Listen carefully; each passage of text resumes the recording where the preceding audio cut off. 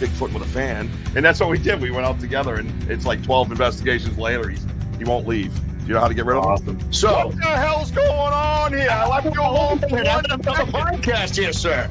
Yeah, I left you alone for 1 second. You take the show over, goddammit. Saying, the best I can think of is tweakers are out in the woods making tree structures.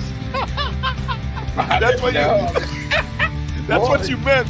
You know, it damn sure wasn't a bunch of Boy Scouts. I Bro, told you that. Suddenly go blowing that way. Right. You guys will know. Yeah. Well, red alert. The producer's here. Bobby Lee. These millionaires don't know what Prime is. Yeah. You know what I mean? What are these lowly people drinking? You know, something like Dog Man, right? And I have no dog in the fight, so to speak.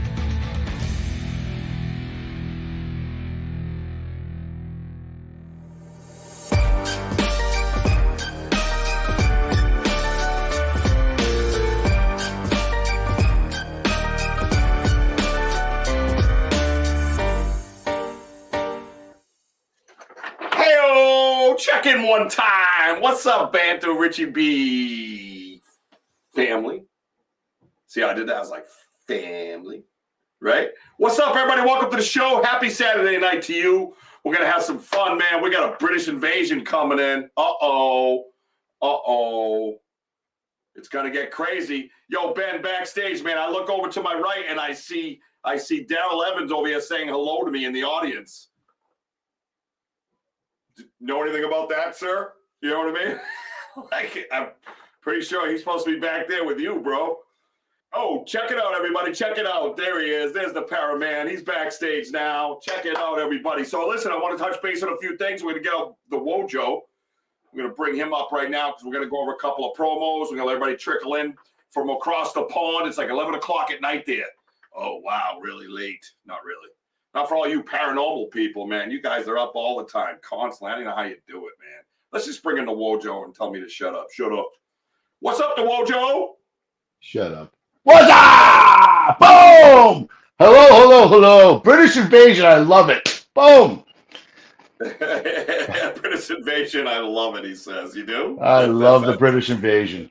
Well, that's right, Jim. We'll get down and crazy across the pond with the Brits. All right. Yes. Let's see. Listen, I'm going to do some promos. I want to say hello. Say hello to a few people out there. Let's see. You know what I want to do? Because we got the Cobble Mountain Critter Festival coming June 7th, 2025. It's put on by the legendary Vogel brothers, Eric and Tim, good friends of ours, man. We love those guys. I'm going to pop up a little, you guys, I want you all to look for this logo, man, because it's happening, and it's going to be popping off from here till June 7th, 2025 out in Russell, Massachusetts, man. And it's some crazy-ass woods out there. And it's a little bit of everything, a little bit of paranormal and UFO and Bigfoot, but mostly Bigfoot. So let's say hi to everybody. Let's get this show kicking, man. That's what I'm talking. Oh, we did an investigation today, by the way. It was insane. Woo! It was such a great time. He was like, let me tell you something, brother. We had records broken today. I loved it too. Oh my, yeah. 5 knocks, 1 investigation. What's up? What's up? You gotta listen, and I just want to emphasize, you gotta own a pair of boots and get off your couch in order to get that kind of crazy. You understand? Don't sit there behind the screen just talking shit, pointing fingers and all that other garbage. Come on out, get off your ass. Stop picking your nose and get on. And I'm speaking to somebody very specific. Ugh. Yeah. Oh, what's up, Andy? There we go. Andy. All the way from Connecticut to go out with us today as part of the Boots on the Ground Bigfoot Investigations crew, man. I'm telling you, we're going to be up and coming. You're going to hear a lot about that crew soon, man. We got some great, talented folks. Unbelievable minds. I love it. I'm so pumped up about it. And our other teammate that was there today, Miss Lisa Garcia. Lisa, I'll tell you, is a gift, and she does a great job with us. I'll tell you. I'm wondering if Lisa peed yet. How about you? Yeah. Yeah, that's what we're wondering. Lisa, have you peed yet? No, she told me that She told me like on her trip back home, she had to drop somebody off, and she met the mom, hung around for an hour. I'm like, what? No, sir. Yep. All while Got not some. being. You women are amazing. Women are amazing. She's a trooper. I'll tell you, she is one of us. We've been standing there, as men, we would have been standing there talking to mom, just a dribbling. Hey. Oh, hey, girl. Check it out. D Hoot's in the hizzy. What's up? What's up? What's up? Did you have your Geiger counter? I had my Geiger counter today. Thank you very much, D Hoot. I own one now. And we had a couple of hits at 0.26, 0.18. I saw a 0.34. Yeah, different areas, man. We're finding that stuff. Now look at this guy. This guy comes in the audience and says hello.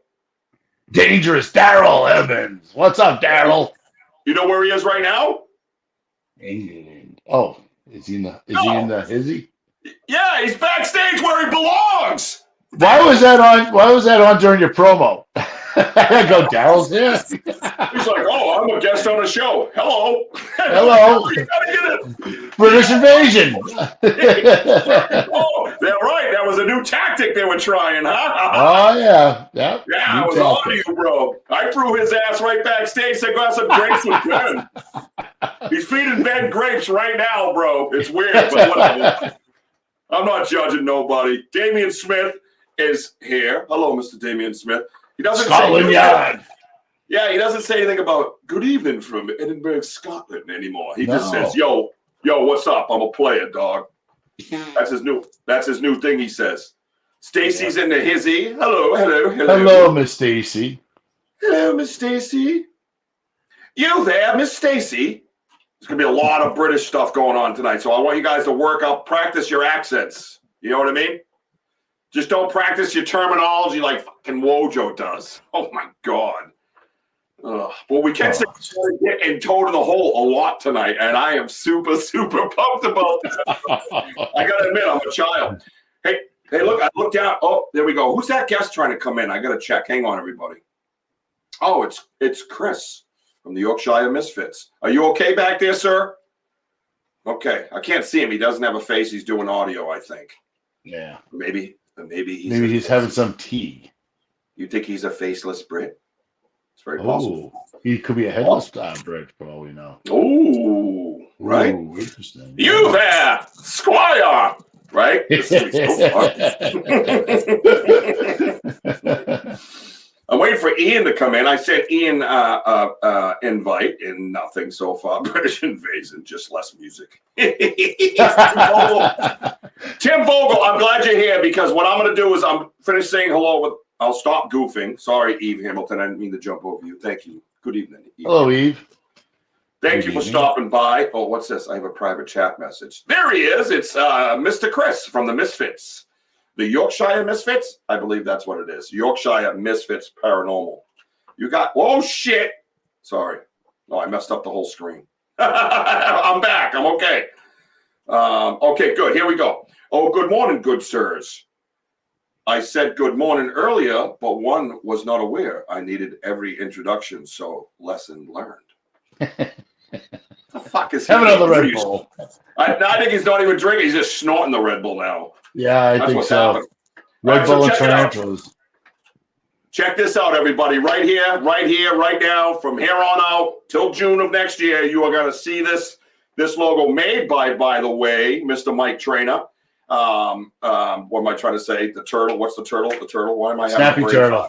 The snappy turtle. Stickers, decals, anything you made. He made that logo for them. Anything you need, you check out my boy Mike Trainer. You send him a message. You say Richie B sent you, and you'll get you won't get anything. Just tell him I sent you though. But if you say Wojo sent you, he'll probably give you 10% off.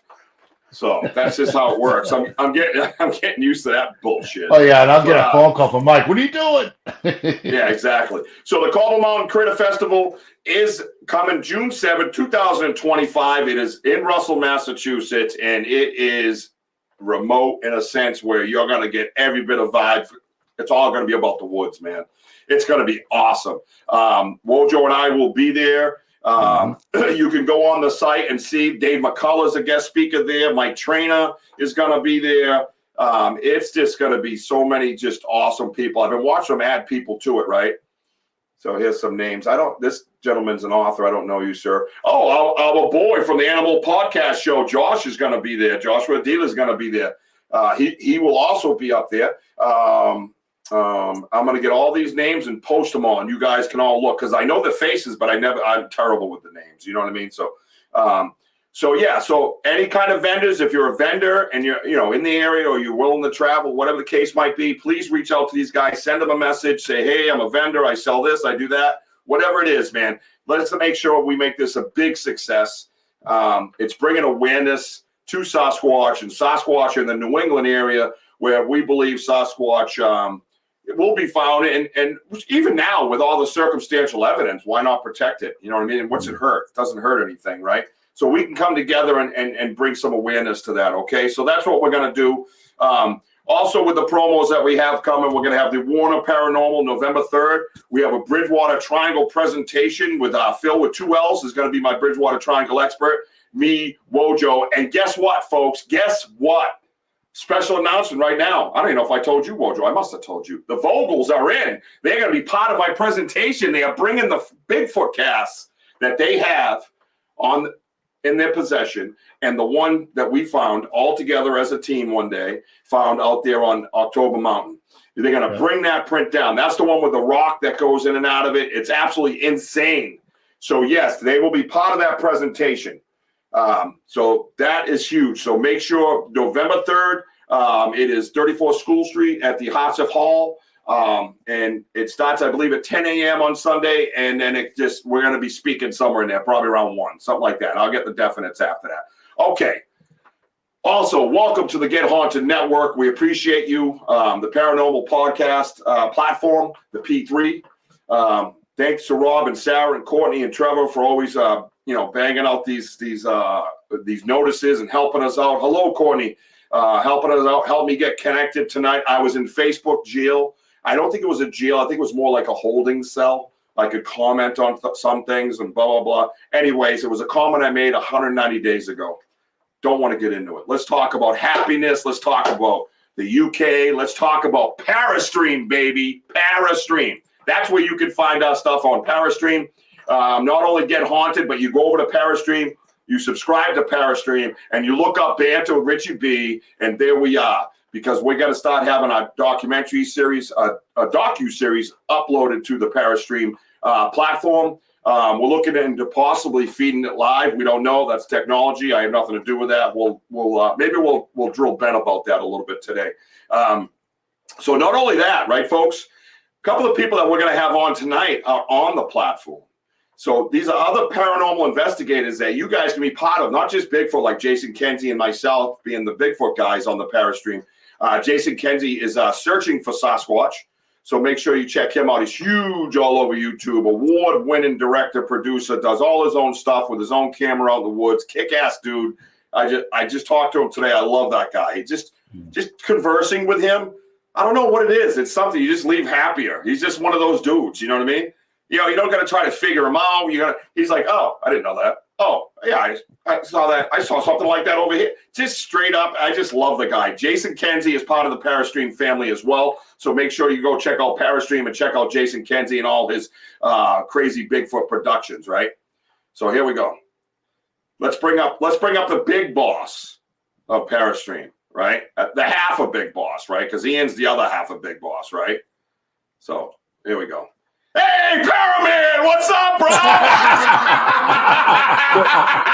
Hey, it's the new boss. What's happening, boss? It's the new big boss. It's what? What did he say? I need Ben up here to translate. Ben, translate at once. What did the big boss of Parastream just say? You should have brought out me. Daryl, you think I made a mistake? No, sir. That's calculated shit that I do. That's the worst part. As soon as you said I'm going to bring out the boss, I knew you were going to bring out Daryl. You knew what was up. I know you knew. I've already played all my tricks on Ben. Daryl's like, No, I'm not the boss. I'm Paraman. So check it out. Check it out. I see there's one more guest backstage. Forehead of the guest. Look. There he is. Don't you do that shit to me, man.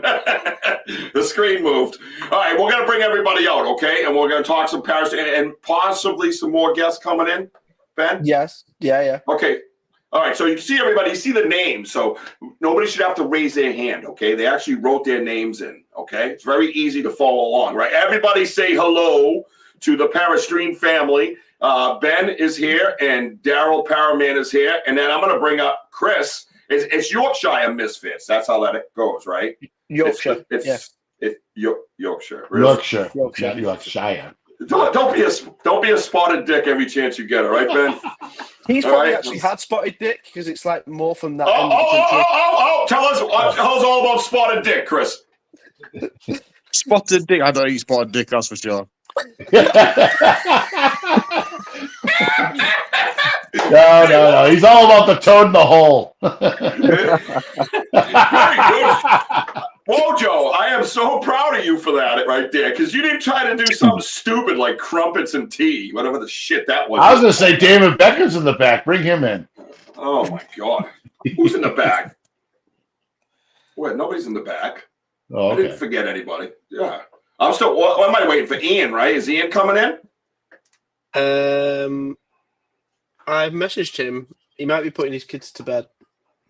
Oh, okay. All right. Well, somebody's kids to bed. I mean, what the hell, right? I mean, it should be a service. Hello, the kid put it to bed is here. So, throw them in there, sing a song to them, send them on their way, right? Yo, Chris, what's happening, man? How you doing, bro? My name's Richie B. This is the Wojo. Nice to meet you I'm guys. Good. Nice to meet you guys. Pleasure to meet you. Thank you for coming on, man. I know you did it for Ben. I get it. It's fine. See, but I don't need guests. I could just sit here talking shit to myself all day. That's what I used to do before I invited Wojo on, so I could talk shit to him. I know. I had to break up a fight. It was Richie and himself. Yeah. Oh, me and the others, we call that. Yeah, put him out, man. Hey, you guys still do that pugilant in British, or is that Ireland? Which one does that? That's Ireland. It is Ireland. They're like, I'm going to knock you out. That's right. I'm going to give you a right and a left, see? I don't Something think like they do it, though. No, they don't do that? That's just more what you see on, like, TV from, like, the 50s. Well, like. I watch a lot of TV. The only thing I don't see on TV is spotted dick. Anyways, Daryl, bro, what are you doing here, brother? Are you in a recliner chair right now just chilling out? I am in a recliner chair, yeah. But it's the only seat I've got, so... All right. I got to have a question. I have another question to this, and I'm sorry if I have obscure questions. We'll get to the paranormal. We'll get to the Parastream, but sometimes you have to feed my mind. Is there a phone stand in front of you, or are you holding it? Who, me? Yeah, you're Daryl, yeah. Paraman. Oh, no, well, it's on a one of them arms for a mic, but I've just upgraded it to the phone. So you can swing your phone around and shit? So I can be hands-free. Yo, that's it. I told you he was the guy behind the tech at Parastream. I mean, who would think of such a thing? It's brilliant. Brilliant, my boy. Brilliant. So Ben, as you guys have met Ben before, right? Oh, is that Joshua from Animal Paranormal Podcast? Hello. And just a reminder, Animal Paranormal Podcast show will not be seen tonight at his regular time. He is in Disney with his family and a much-needed vacation. So get off his back. Thank you. How's that? Did I do good, Josh? Did I do good stuff? So Parastream, man. Parastream is you and Ian's kind of mindset. Mine, like you made this up to where you guys wanted to bring everybody together, right? And now, real quick, when I say bring everybody together, these guys here, Daryl and Chris that I have here, and I understand, Chris, you probably have a whole team, right? Misfits with the S. So you have your whole team. Yeah, how many people are in your team, Chris? How many? Sorry? How many in your team? There's 4 of us on the actual team. He answered the question. I couldn't make it out. I'm sorry. Bear with me, dude. Bear with me. I'll try, guys. I'm slow. It has nothing to do with anybody else. Yeah. I don't think it quite clicked into his head. He's just like, it's the S at the end, Misfit. So he's like, oh, there's more than one. Yeah, I don't think he knew the number. Yeah, but then you go over to Daryl Paraman. You're by yourself, right? Yes, I That's am. because there's no S. Well, no, that's because there's no E. It's not Paramen. Oh, Which gotcha. would be, right? That's a good point, actually. Yeah, that's a good Yeah, point. I got you there, big boss man. That was like a massive instant backfire. Right? You know, listen, we all know what time it is, right? Okay, good. Kick him out.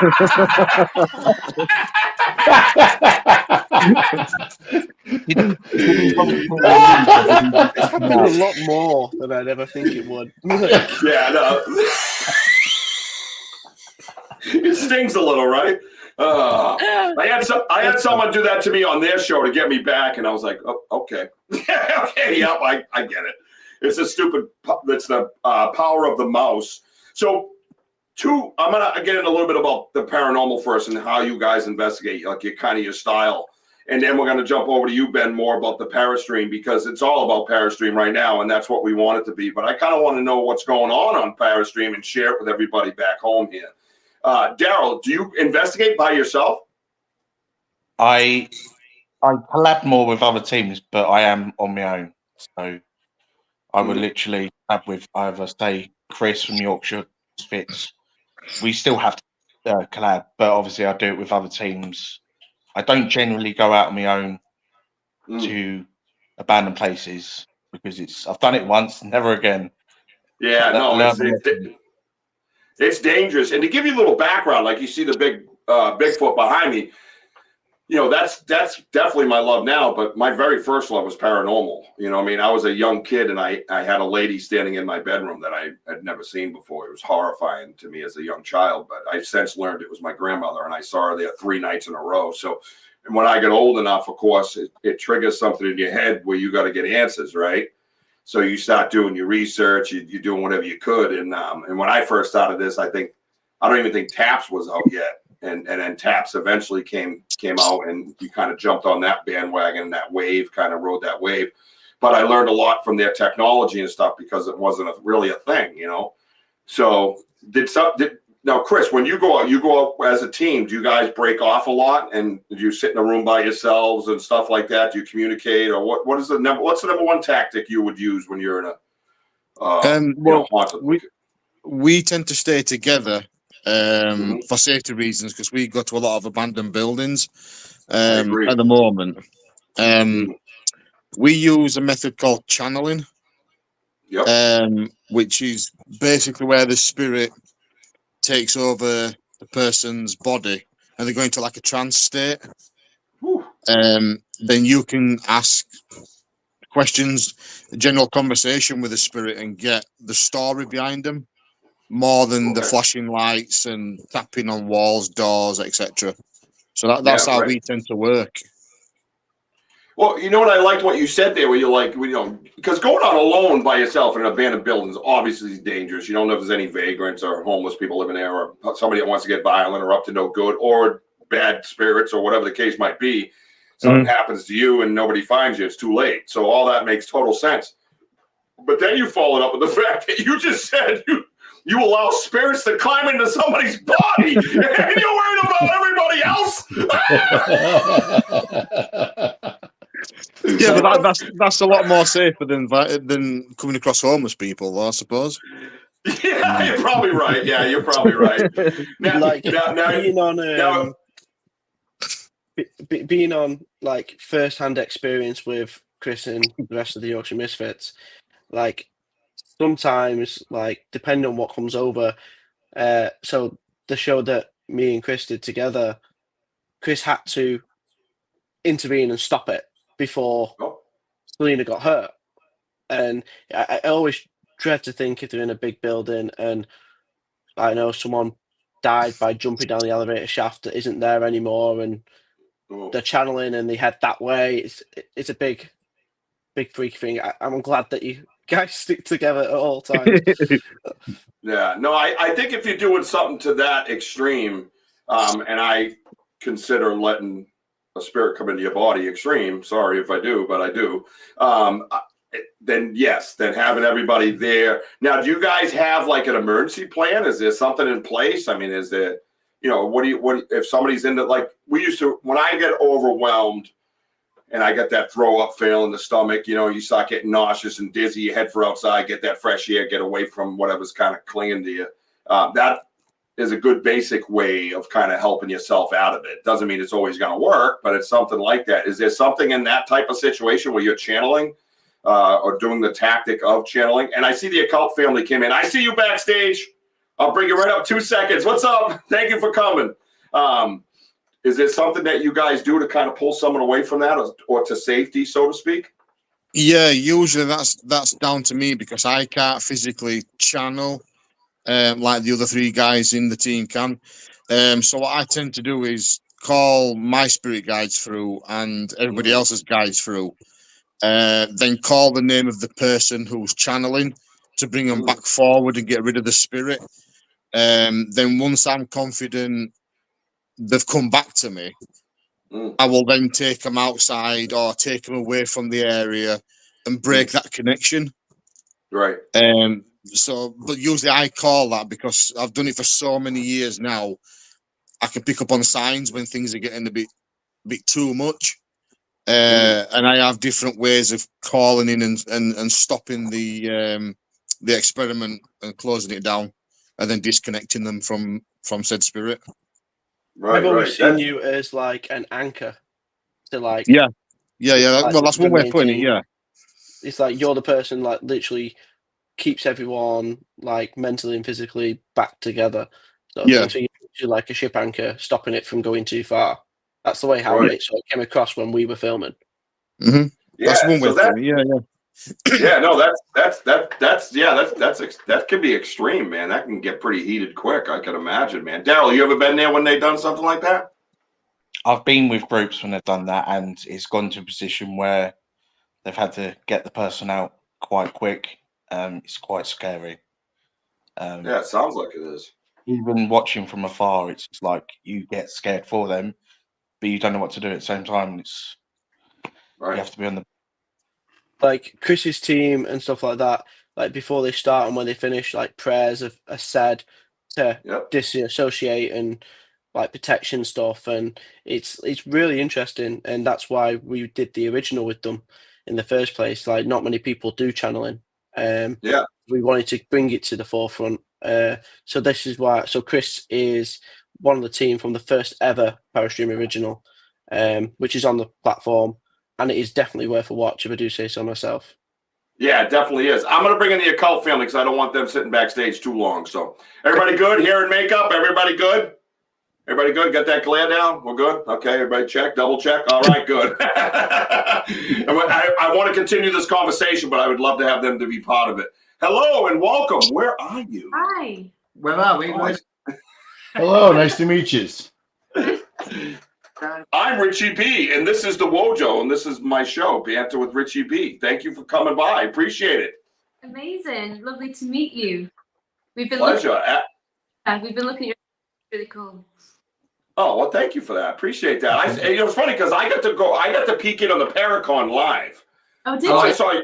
I think Ian was walking around with me at the time. I was on the phone. I was like this little thing on the phone. I was like, okay, can we go left? It was really weird, but it was fun. I've never quite been to the UK before until then. But so I got to see everybody. So I kind of recognize some faces, you know what I mean? Because I said it to Ben, like he had mentioned one of the teams to me. I'm like, oh yeah, that's them, this, that. And he's like, yeah. I'm like, yeah, because I saw him through the phone, you know. Now I want to get back into this. Whoa.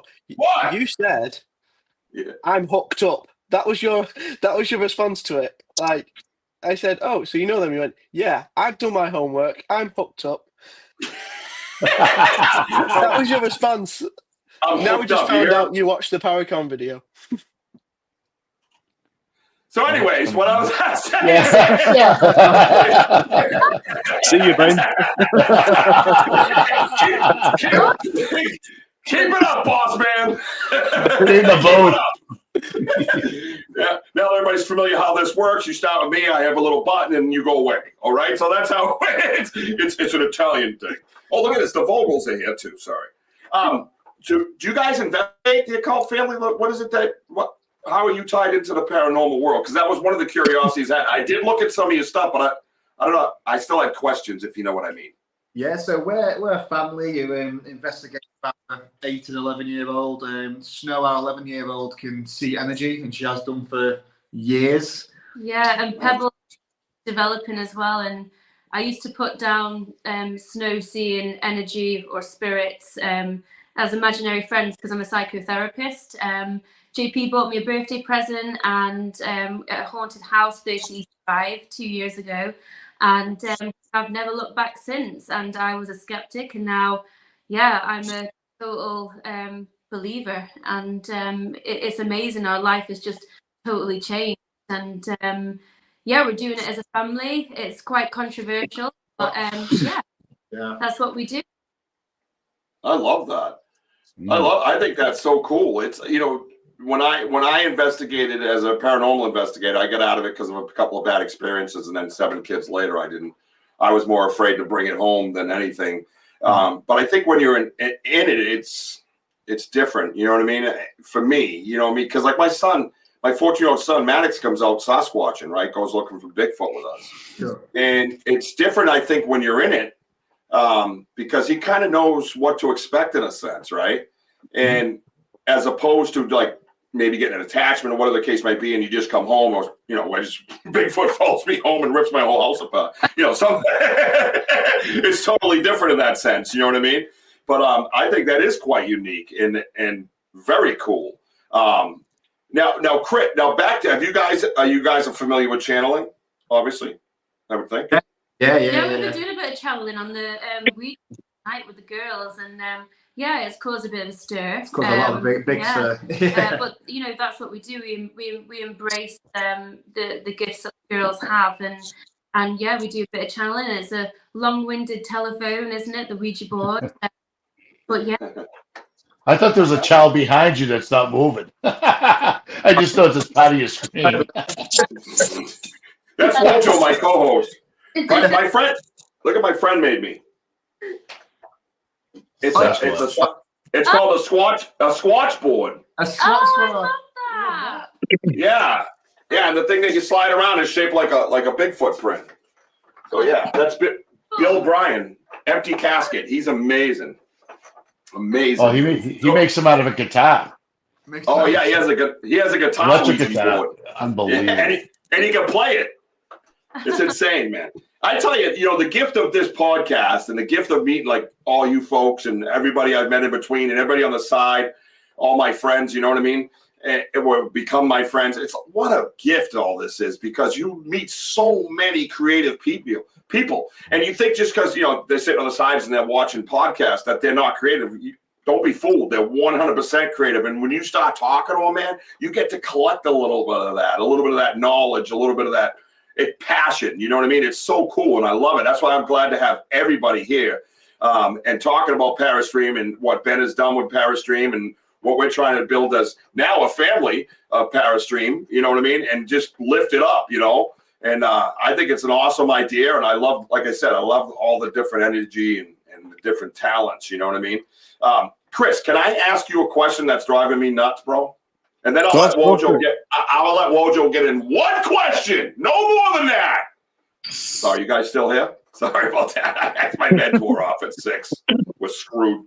I should have taken my meds after 6. I always forget to do that, Wojo. When you talk about like how you channel it, how you're channeling and stuff, are you a sensitive? And do they call it? Is it considered a sensitive? Like where you guys are from? Because I'm considered like a sensitive. To where I can do we have a mix. We have a mixture on our team. We have a psychic medium. Yeah. Then we have an empath. Mm-hmm. I'm just honing my skills of the psychic medium side of it. So I'm still like a trainee, is what we class it as. So we're not really sensitives, although a lot of us do pick up on the atmosphere change, or you know something's there because you can feel them and sense them. But that's about as far as we go with it on that front. Gotcha. And all you guys, I'm not going to be everybody. Just go around the room here a little bit. How long you been doing this, Daryl? Documenting 7 years, and same as like Chris with the I'm a learning medium. Same, it's come through same about time. Is that the general sense? Because not everybody's a sensitive when it comes to the paranormal world, but it's funny how we all kind of, I mean, everybody gets a vibe from energy anyways, being human, right? But there's a different level to it, I think, when you kind of go up those different levels. And maybe the occult family could, comment on that as well. But you can find the different levels, right? Because there's even different levels of mediumship, you know what I mean? And I've been in mediumship classes, and there were considered kind of levels of them, where I would come in as the novice or the rookie. I'm just trying to find my way. And someone else is over here, and everybody's meditating, trying to answer this magical question, and I think someone came in, by the way, and you're over here going, hoping you get the answer right, and then they say it, and you're like, yeah, that's what I thought. Okay, good, I'm good. You know what I mean? So there's different levels to it. Chris, have you been doing this your whole life, by the way? This paranormal investigating? I'm just coming up now to my 10th year in the paranormal. Okay. Nice. So I've been doing it quite some time, yeah. And Ben, how long you been doing this?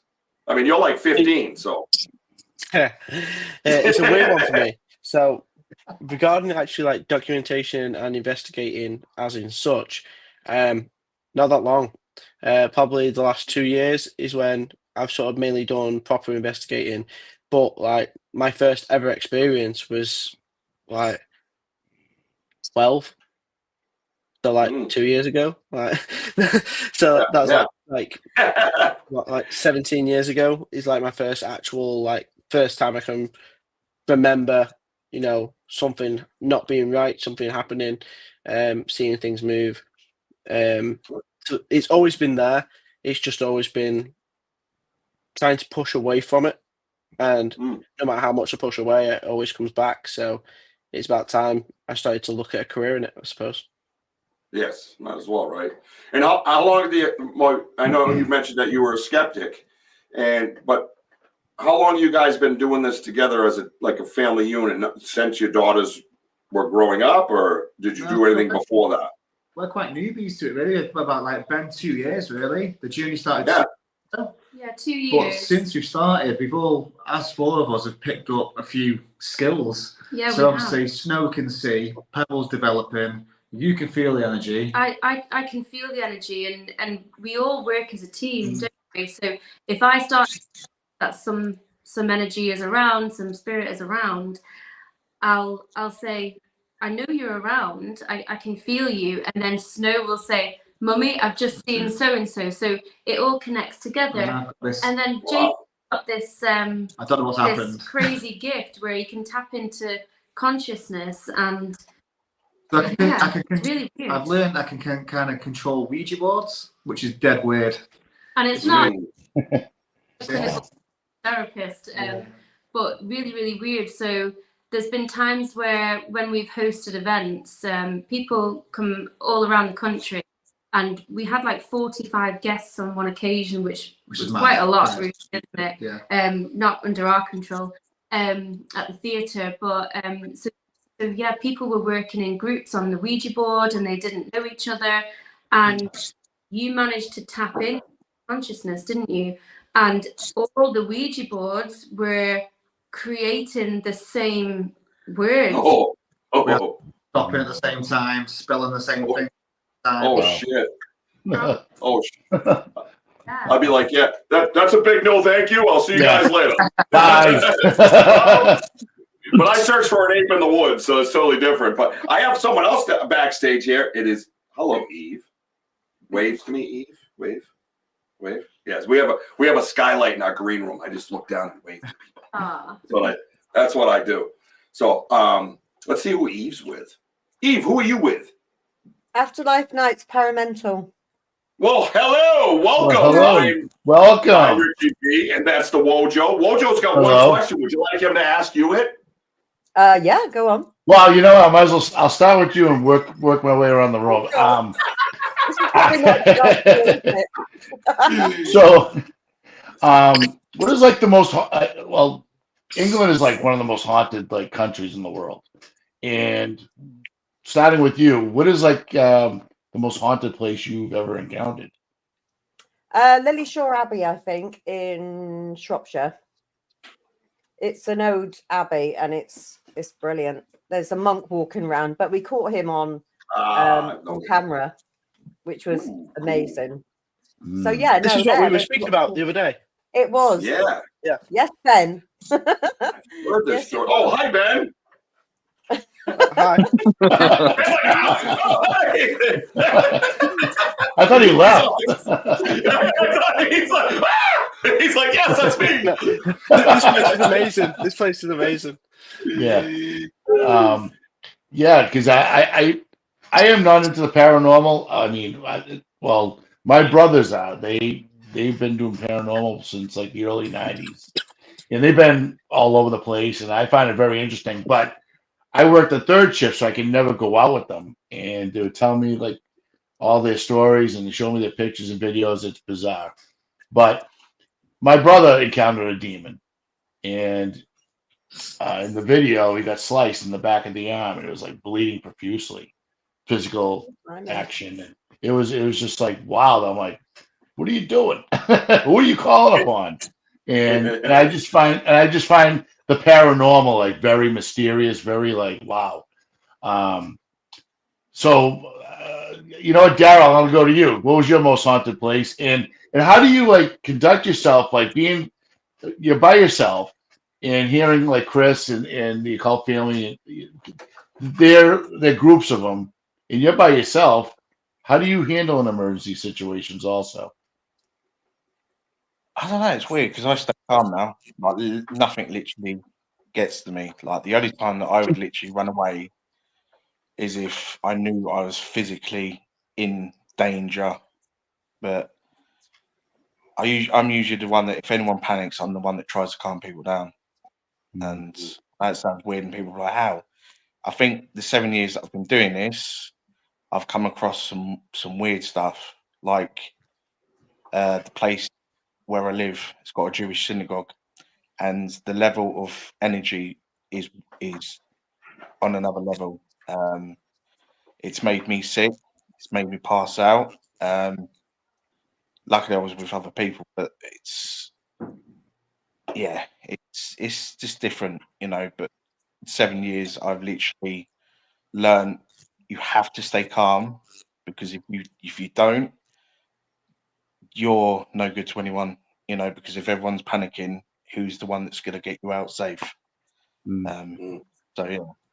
and maybe some advice from a guy like myself to be calm and everything. Bring the lazy chair. You'll be fine. Now, now, Chris, what about you? What was your most haunted area you guys ever encountered? It's a place called Ridgely. It's an old mental asylum, and we was the only people in the building at the time. So it's in complete darkness because obviously there's no electric to the building, with being abandoned. So we heard voices, and it wasn't any of us. So we've all turned the torches off to look for other people coming into the building. No torchlights. The conversation wasn't clear. You could hear the voices, but you couldn't make out what was being said. And then along the corridor, it was like somebody was dragging the metal bar along the concrete floor, just going backwards and forwards for about 10-15 minutes. That was the very first time that I ever wanted to get out of there and just go home. In all the years I've been doing it, it was the scariest one I've ever come across. But since then, that's toughened me up as well. It's made me more interested to go find out what that noise was, more than run away from it. Like at the time, I just wanted to run home like a little baby. And I'm a big guy, so you know, it scared the hell out of me. Yeah, the scary stuff. I can comment on the scary stuff. We were out in the woods, and and I'll let you get back to Wojo's question in a minute. But one of my favorite things that ever happened, we're out in the woods, and and what we suspect to be a Sasquatch ran about 60 feet from us at dusk. And and my 14-year-old was there, right? And it's crashing to the woods. And you hear all these trees breaking, man, and you just get startled. And I knew he was there because you could hear me on the video whispering in the headset, to the left. I'm hearing, something to the left. And then you see the trees just swaying as he runs straight off. And what does Wojo say? Do you remember, Wojo, what you said? Tell everybody. We come no harm. In a complete panic, this big burly dude, he's about 290, yells out, he goes, "We come no harm!" I was basically like, all right, everyone stop, calm down. We're here as your friend. Let's not have a problem here. We come no harm. What is it? You speak Bigfoot, bro? Yeah, right? Exactly. But my point is though, when you're in those situations, you sometimes you do get that panic, right? That energy that goes through your body, and you hope it goes the right way. Sometimes you don't know. You know what I mean? I'm like looking over, going, "What the hell's he talking about?" You would just run, but we didn't. And yeah, that's the thing. We kind of, we had 2 episodes, and the other episode we just froze. Like, we were like, what the frig just happened? But again, it's just that energy, that moment where things happen. You just sit there, try to take it all in. I mean, I remember telling Richie, like, it's right there. And I just kept saying, shh, because I heard another one he's telling me to running through the woods. There was 2 of them.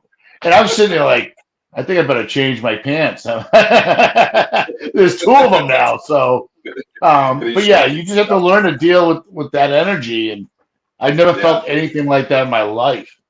And I'm a big guy. Yeah, absolutely. Real quick, I saw a lot of new people coming in. Like and subscribe to the YouTube channel, and make sure you hit the notify button. We'll actually be going out tomorrow morning at approximately 9:30 a.m. We're going to be going live on YouTube on with a witness that had an interaction, so to speak, with Sasquatch. And we will be out there live on YouTube. So you will be part of our investigation. You can just hit the notify. You'll know when we're going on. You get a set of headphones. You can be our extra ears, our extra eyes. You can give suggestions. You can give tactics that perhaps we can share while we're out there. Things like that. We have found all kinds of footprints. We've heard vocals, and all our audience has been there right with us to validate everything we do. So make sure you do that. If you're new here, please welcome to the Banter with Richie B family. I do have a couple of questions I want to get to, and I know we didn't fully answer that one, but I just don't want to. I've left a few people hanging, and one of them, Lisa, is one of our team members and investigators. She says, "Is channeling different than possession?" Does anybody want to raise their hand on that one? Yeah, I can. Yeah, it's a lot different because with the possession, you're not really in control. With the channeling, you've got a little bit more of a control. Because, like I said before, I don't channel, so basically, that puts me in charge of the person and the spirit that's come in. So I'm able to actually control that spirit to a degree. Right. So if they want to get their story across, that's fine. If you do get the odd occasion where you get the not so nice ones coming in, then I tend to find out what they want, who they are, and if I think it's going to be a little bit too hairy, I'll then get rid of them. Whereas with a possession, if they're a negative energy and they want to take control and run that session, they will. Right. Doesn't matter how hard I try to dispel them, get rid of them, whichever way you want to look at it. So there is a lot of differences. There's more of a control with channeling than there is possession, if that helps. No, it helps a lot, actually. No, it's very, very, every bit of the, like hearing that was a question I was kind of curious about. Damien says, have Ben, Daryl, Chris, and everybody else, I don't think you guys were here at the time because these questions are a little bit old. Have any of you guys, by show of hands, have you had a death experience? Maybe just generally in life? No, I haven't had a death experience. I've had an out-of-body experience. Out of body? I mean, is that kind of the similar thing? I mean, isn't that a form of the other side? No. I think a death experience would be you basically heart stops and it restarts again. I think that'd be a death experience. I've had near-death experiences. Near-death? But, yeah, but I wouldn't say. I was married and divorced twice. It's pretty similar. Tough crowd. Sorry. Go ahead. That's more like reborn. Yes. You got it. Exactly. God, amen. You win. It was. Reborn is right. That's awesome. Yeah, no, so near death, but near death too. I mean, you know, it's funny how things happen in a sense, and you go through these heavy experiences in your life, and it can kind of lead you to this area. Now, my question to your cult family: have you guys ever? I guess to everybody, but I'm generally, I think a lot of people might want to know this as a family unit. Has anything followed you home? Oh yeah. Oh God, yeah. Yeah. I think it's It's like, oh yeah, Yeah, oh yeah. Party at my house. Come on over.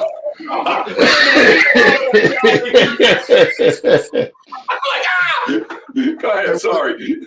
We're currently sat in our cult room, which houses items which are haunted. But everywhere we go, they latch onto us, don't they? Yeah, energy likes us. Yeah. How can they not? So yeah, we are. So I'm sorry. Is it generally good energy? Because you guys seem very lighthearted about that question. Yeah, we've not really. When you talk about demons and stuff, we don't really do demons. It's more negative, isn't it? It's not demon. Lower vibrational beings. We don't believe in demons, apart from human beings, who can be demonic. But yeah, lower vibrational energies. Yeah, I mean, Annie is one of them, isn't she? Yeah, she's deemed the most haunted doll in the UK, and she's had a lot of press coverage about that. And when she first arrived, we did have 2 weeks. Well, everything was. Well, I wouldn't call it hell as in what people hell, but it was very, very negative. Things were going wrong. Yeah, well, but yeah, we don't believe in demons, but we're yet to come across one, so I can't say that they're 100% not real. Yeah. That's interesting. Eve, how about you? Have you had anything kind of come home with you? I mean, have you had anything follow you home to where, and if so, like I've had something in the past where all of a sudden something subtle happened in my home. You know what I mean? Hang on, Wojo's leaving. Wojo's leaving, everybody. Yep, excuse yourself. Is he all right? Somebody send a medic.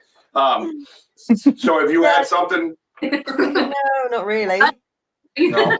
No, unfortunately, no. Well, unfortunately, she's like, isn't it crazy though? Because we're all kind of nuts like this, right? Yeah, hello, you know, I mean, like.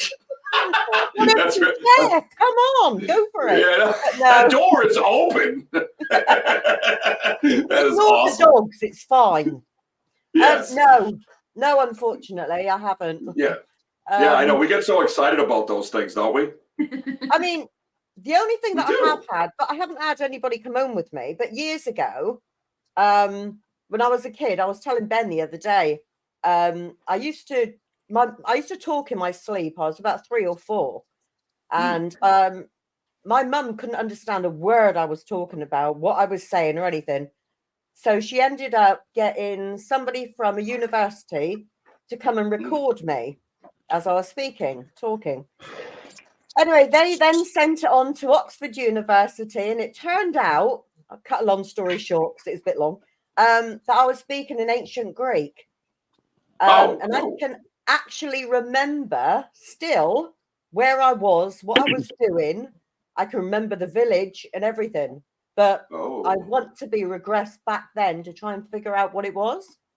Oh, yeah, that's a whole different conversation. Yeah, I'm sorry. No. Listen, one rule on my show is there's never a sorry. It goes where it goes, and however we get to the end, we get to the end. We don't have rules here. Nothing like that. No, I think that's a great story. But that is kind of that. You know, it's funny because it kind of makes you think like nothing followed me home, but I can do what they can do. It was you know what I'm saying? Strange one, yeah.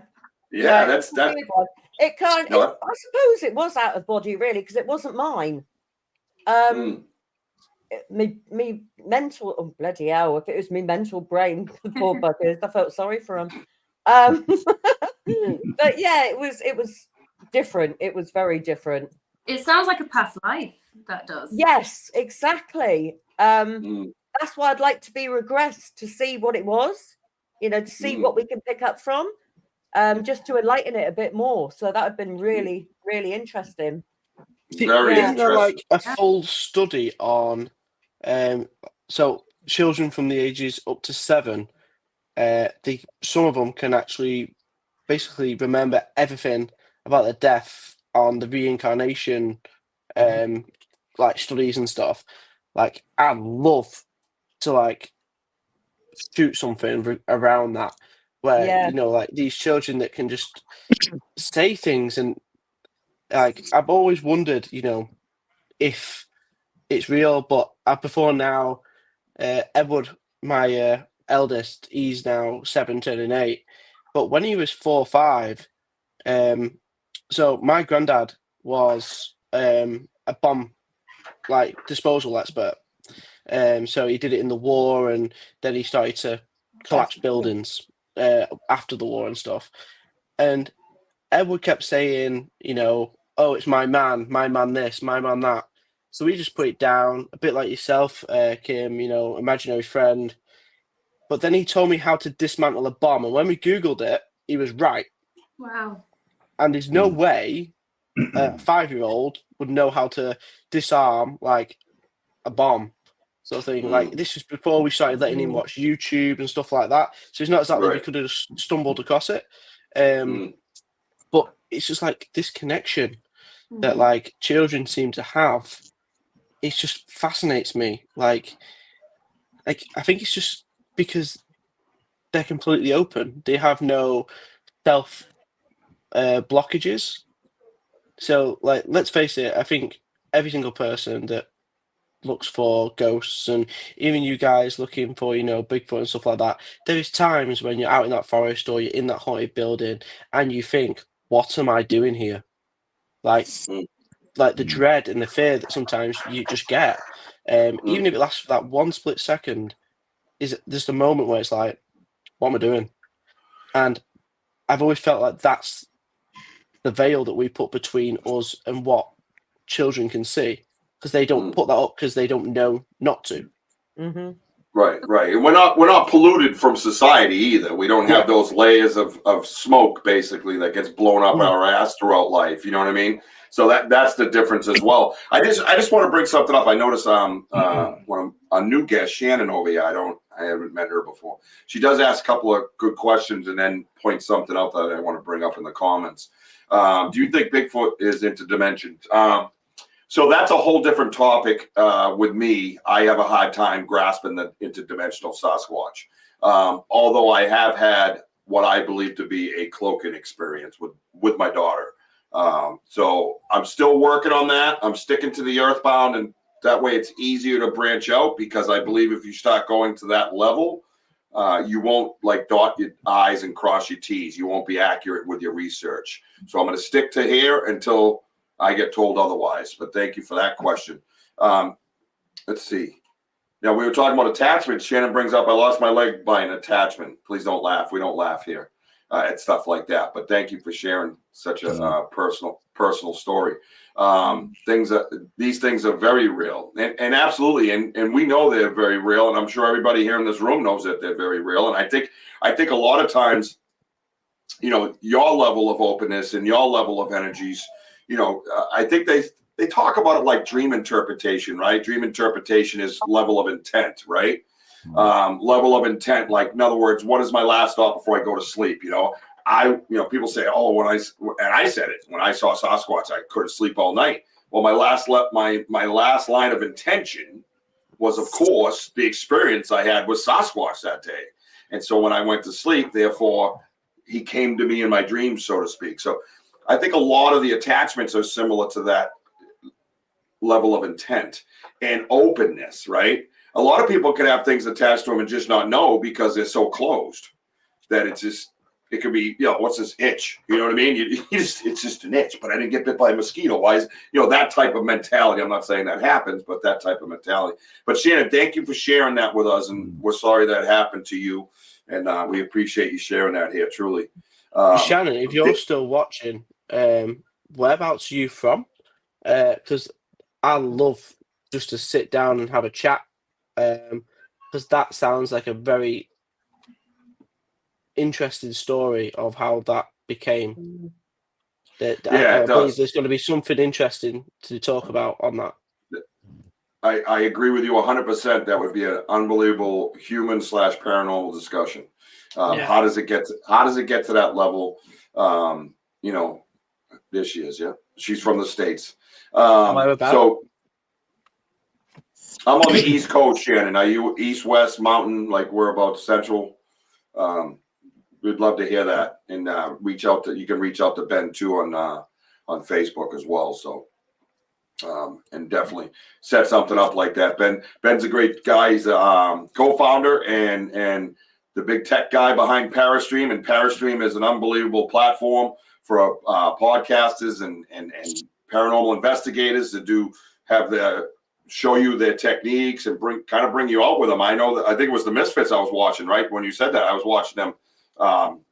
Crazy old building that you guys were in. I can't remember exactly which one it was, but I was like, oh damn. they into it. You know what I mean?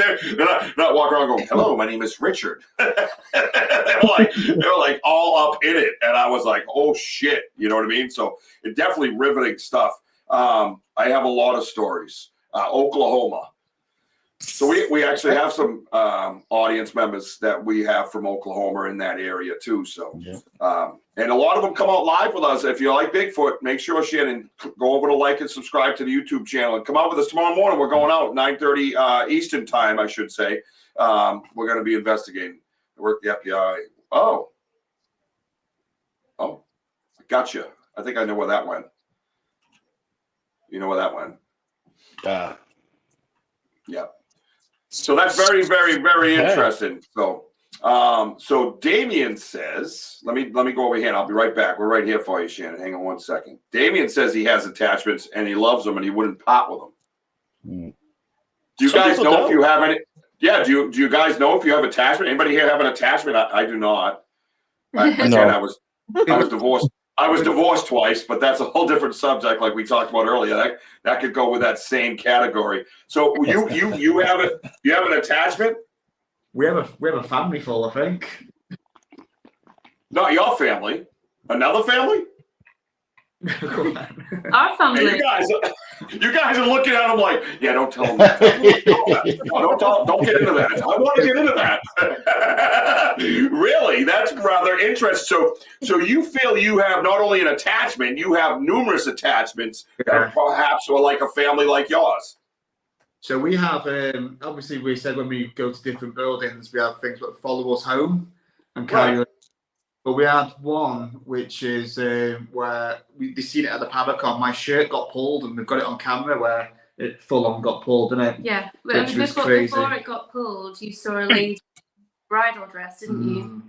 And then you said that your shirt got pulled. We didn't think that we'd pick that up on camera, but then the next day we got it on camera, and then this energy has followed us home, and we didn't tell Snow, our eldest, about it, and she saw the same train and lady in our lounge, and so she is now with us. She's here somewhere. Yeah. But yeah, you've seen. Hello.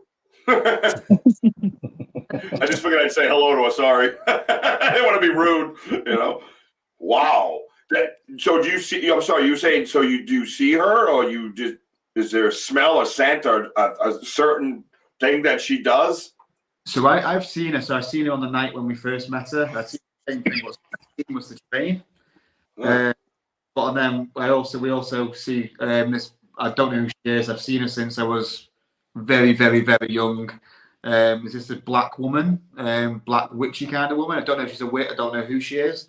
But she always just appears.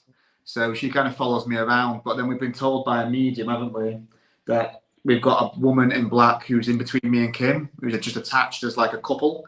So we've got a spirit who's attached to us and always looks after us.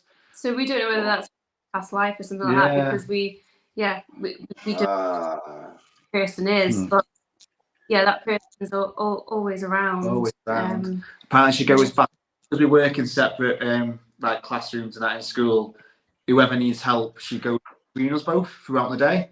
So if one's feeling stressed, she'll always be with that person, and then she'll go to the other person who's down the road. But I put JP into hypnosis, and he had to come out when I access his subconscious mind because this lady through, and that's the only time I was scared.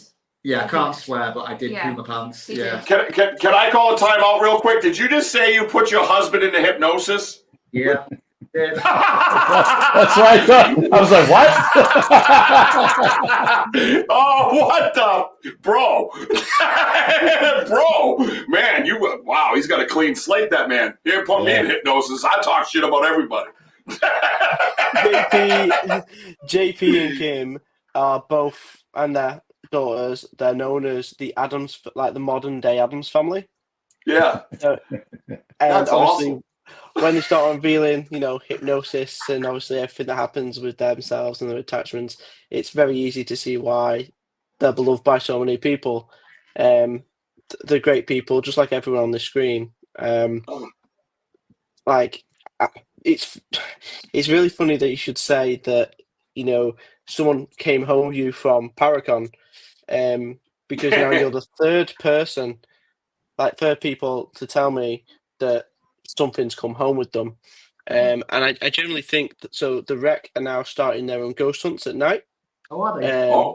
Yeah, so they're opening it up as a ghost hunting venue at night, and they haven't really had much happen until me and Ian put like 60 mediums in a room, and now it's like all of a sudden really active.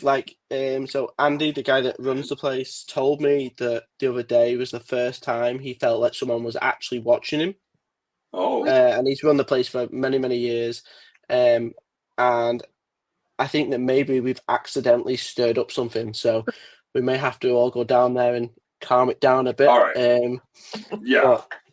It's interesting you should say that, though, because you're not the only ones. There's been a couple. That's crazy. So everybody just check. Make sure you got all your attachments with you because somebody's missing them. The back at the Paracon. The Paraman, Paraman's missing a few of his attachments, right? He's like so chilled out, like, man, it's quiet in here tonight. It's not quiet.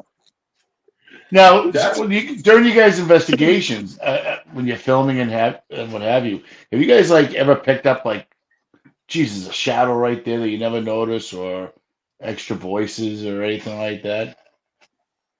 Like on the review, you saying, Wojo? No, I'm just saying during your investigations. Like during their You mean like investigation, taking video or anything, and then you can listen to it? In case you miss something. Like there were times that when me and Richie go out in the woods, and then we would say did you hear that? And I'd be like, no, we didn't hear nothing.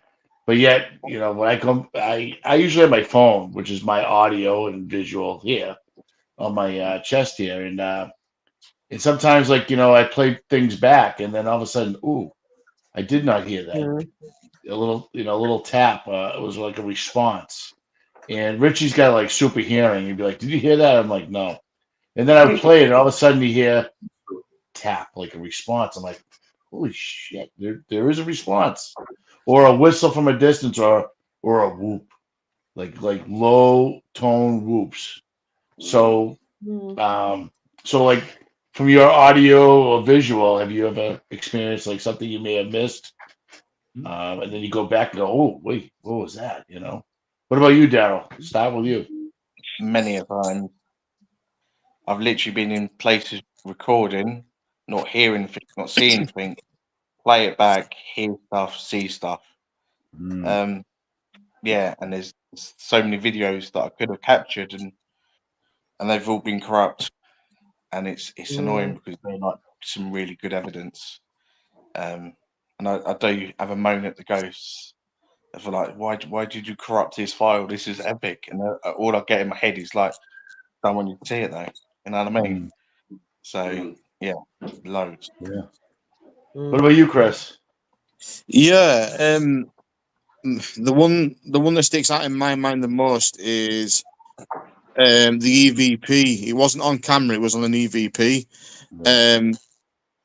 We did the calling out and the recording, and we played it back and didn't really hear anything. And then somebody says there was something just there that you can just about hear.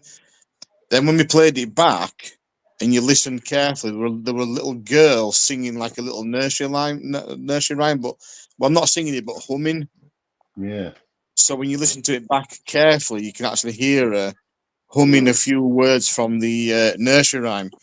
That made the hairs up on my neck stand up quite a bit. Wow. What about you, Eve? By the way, Eve, your dog must love playing with the light.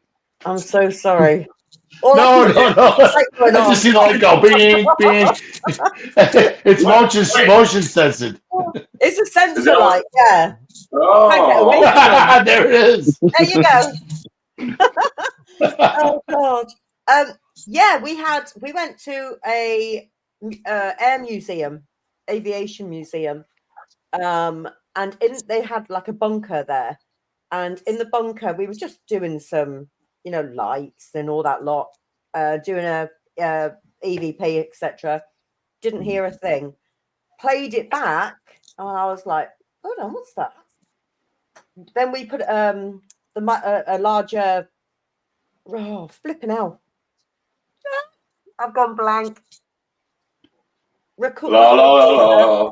Oh, So hold on everybody a sing. minute. Hold on. I'll get there in a minute. Hold on. It's me age. Speaker. There we go. Yay! Yay! And it come up with American woman's voice going, "You're pretty," and we were like, "What?" Whoa. As you do, Chester. God, sorry. Go over. No, don't be sorry, Chester. Oh, we're sorry. We love dogs. Chester, do your Love thing, dogs. bro. I can't wait till he squats sideways to go to the bathroom and we get to see the silhouette. That's what I'm like looking. Don't you dare. Honest to God. Let's go, Chester! Yeah. You stay there, mate. You stay there. Eve Chester's peeing right now. I'll kill him. I'm not even turning around. No, I'm not looking. No, it's a pair of his teddies.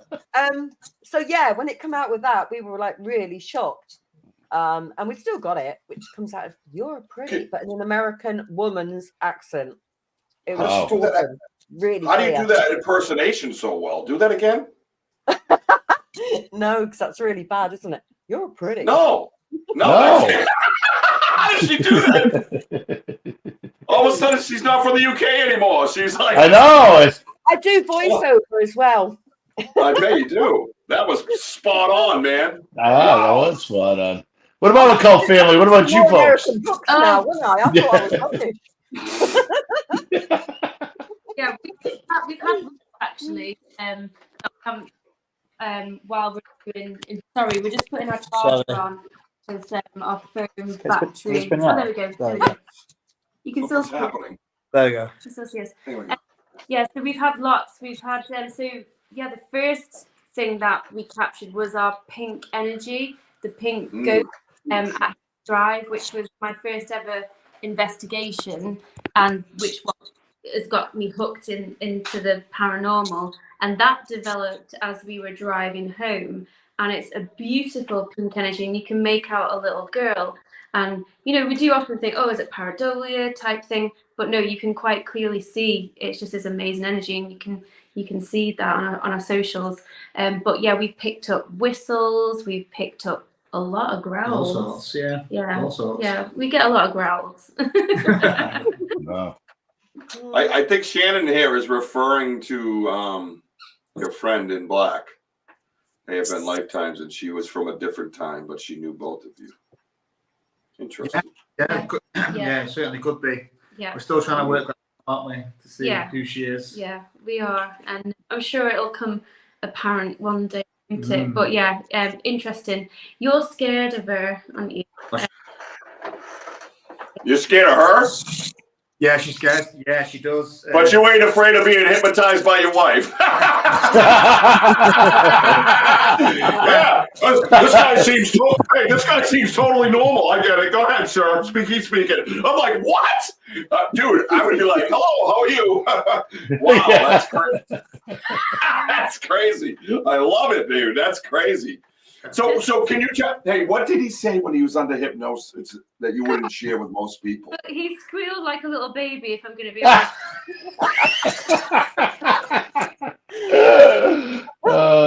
At least otherwise have a domestic online.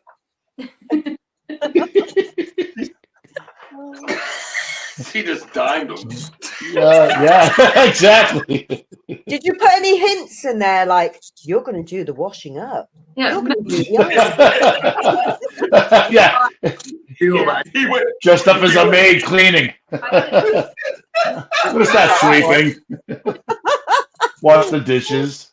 Yeah. Bit of So Ubering. good. That's the craziest shit I ever heard. I'm blown away by that. I really am totally blown away by that. He wakes up and he's doing dishes. Oh boy. I'm sure the neighbors are probably looking across going, why is he pole dancing? Did she hear the fingers? Oh my God, that is amazing. You learned something new. This is great. Listen up, everybody. We're going to get into a little bit more of the Parastream and know more about it while we're here. We got plenty of show left too. Hi, Mary Newbern. I love you. That's my sister. Hi, Mary. Yeah, Sean Kelly, it's funny, but it's not, okay? I'm scared for the man. You know what I mean? I'm just a little nervous what goes on when he's under hypnosis and mama's running around the house. You know what I mean? Like, friends coming over. Hey, yeah, you hypnotized me again? Yeah, come on over. We got to watch our show. Breakfast is served every morning. I think that's one of the best things I've ever heard. That's awesome. in my whole crazy life that I've lived. Please, Chester, poop.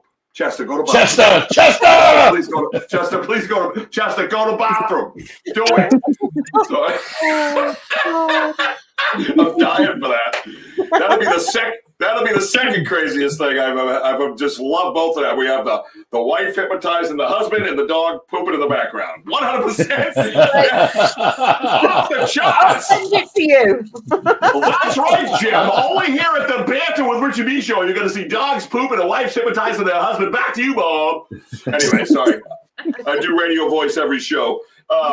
So very interesting. So listen, if you have not subscribed to Parastream, you're missing out on all this. But this is what I love about this, that we can sit here, we can be loose, we can have fun, we can talk, especially if you're coming on my show, you better know that. We're gonna find those little nooks and crannies and enjoy them. You know what I mean? Because this is what this is. This is a passion of ours. This is part of, like, especially, the paranormal.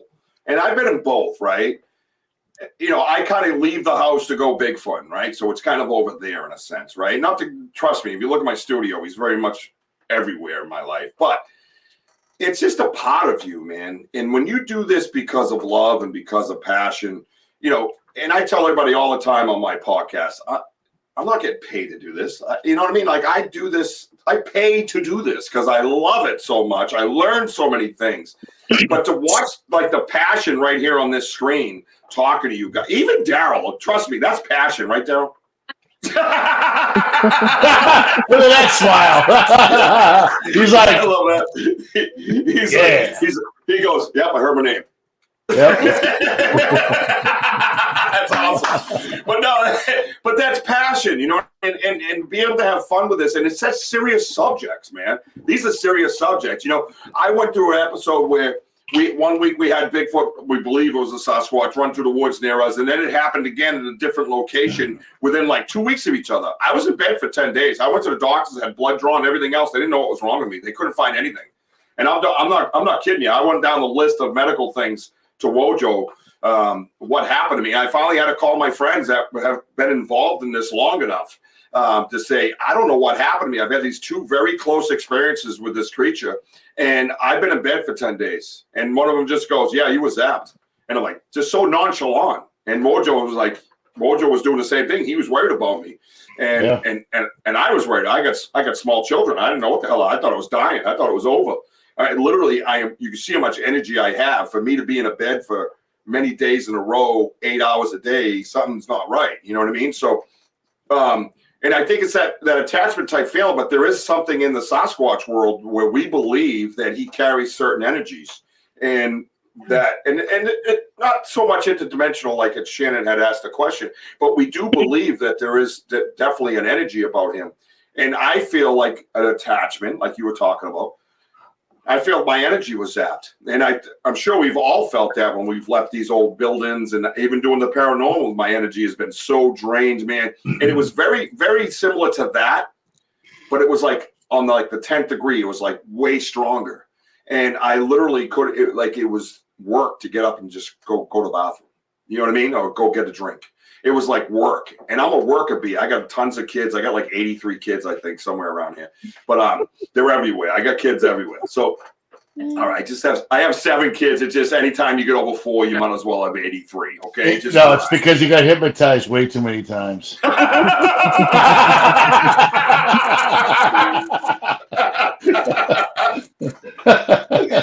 Oh, shit. Oh, damn. Wow, that was left wide open for you to work with. And you did. I was like, dang, he's open. Yeah, I left it way open. But no, but we have to have, you have to have that passion to get up and do it again. You know what I mean? Like, you have to have that passion to get up and do it. I feel a connection right now. Not talking your attachments, because some people claim, that they do have those attachments, and they feel they have a connection with them, right, guys? You have that connection with the paranormal world, or the lady in black, so to speak, right? You have that connection. I feel the same way. And I had a very seasoned investigator after the first time that he came out and investigated my property. I heard something called, you can look it up, it's called the Sierra Sounds. And within the Sierra Sounds, it's a recording of what we believe that the Sasquatch are speaking back and forth to each other. And in the middle of that is something called the samurai chatter. Well, I heard that 75 feet from me, this seasoned veteran who is the co-founder of Squatchachusetts and a BFRO reporter and things like that. And he's a good friend of mine. I love him. And a folklorist, historian, and an author who's doing a story about me, because Sasquatch approached me basically on my property. So I didn't go looking for him. It wasn't like that. It was like something started happening to me on my property. Then I researched him because that's what I felt was happening. So, but we heard him, and this is one of my weirdest moments. Everybody here has heard me do this voice before, but it was literally 75 feet out like this each way. There was one here and one here. And we were just about to leave. We put all electronics away, which is another question I got for you guys, by the way. You see where I'm leading with that electronics question, right? And I took my backpack off, I put it down, and I put my phone in my hoodie front pocket, excuse me. And as soon as we started talking, he goes, what kind of duck is that? And I said, dude, we're out in the woods here. And I heard something. I said, there ain't no ducks out here. I've owned this property since 2002. And this was back in, I think, when Dave first came around. Oh, my God. 19 or 20. One of them. A few years ago. So it wasn't 2002 when I bought the house, right? So all of a sudden, out of nowhere, we hear, I said, what in the... My mouth hits the floor. I look over at him like this, and he's white as a ghost, and his mouth kind of drops. She's frozen over here, and we just sat there and listened. Now, I start reaching for my phone because I want to record this moment, right? And then I reach in and I go, well, what if they think it's a gun? Because there's history of them with people with guns that tend to make people disappear. So I'm holding my phone going, don't pull that out, don't pull that out. And then I didn't even want to pull my hand out. So I loosened up on the phone and didn't do it. But I didn't want the moment to stop either. I didn't want to interfere with that moment either. You know what I mean? Pull up my phone like, you know what I mean? And then everything goes quiet. So I had these things rattle around in my brain while this was happening. The first one made that noise, and then off to the left, there was a much larger one. Now, there's context to this story that I won't get into because I knew they were there the whole time, but others didn't. But anyways, long story. So off to the left was a bigger one, and he goes, "Uba chuba huba chuba," something like that. It's not exact. And he was like, "Hoba chuba ta." And then when he finished, I felt like he was the leader. When he finished, the one back to the right did the same language again. "Hoba chuba hoba chuba pa chuba ta." And then he got done. And when he got done, there was this loud pop. And it was like we associate it with like a wood knock. I don't know if you guys have ever heard of that. It's like they take sticks and they'll hit trees. And it was like that, but it was so loud. But the mountain gorillas do the same thing. The one that Jane Goodall discussed, all that stuff, she studied them and all. And they do that chest pop. So I think because it's my property, I know where they were. There wasn't any thick trees. I knew they were behind like this thicket of bushes kind of, and you couldn't see them, but they were like right there. So anyways, the second time this one spoke, at the end of it, and this loud pop came out. And we were and I'm over here going, dude, that's the Sierra Sounds. That is a samurai in the Sierra Sounds. And he would not answer me. He was just frozen. And I went back to the left, and the big guy, like this, because he started up again. As soon as that chest pop came from the one on the right, he picked right back up. Oba chuba, and he was more animated. And then he ended it with a chest pop, a loud pop. And I'm sitting here like, what in the just happened to me? Like, it was so overpowering where my body was like, I was frozen in a sense, like she says, Shannon says, did you feel paralyzed? I didn't necessarily, but the two people next to me never even responded to anything. They just stared out into the woods in amazement. And these are seasoned people. And I've had people tell me that they've seen Sasquatch. I'm a 95%. I have not looked at him. I've seen him run through the woods, but I have not looked through. There's a shadowy big figure running through the woods. I'm not here to bullshit nobody or play no games. I don't care about your clicks and your views. But I heard them talk on all my children. I heard them talk with two credible witnesses, and they say that's better than seeing them. And I'm like, what? Really?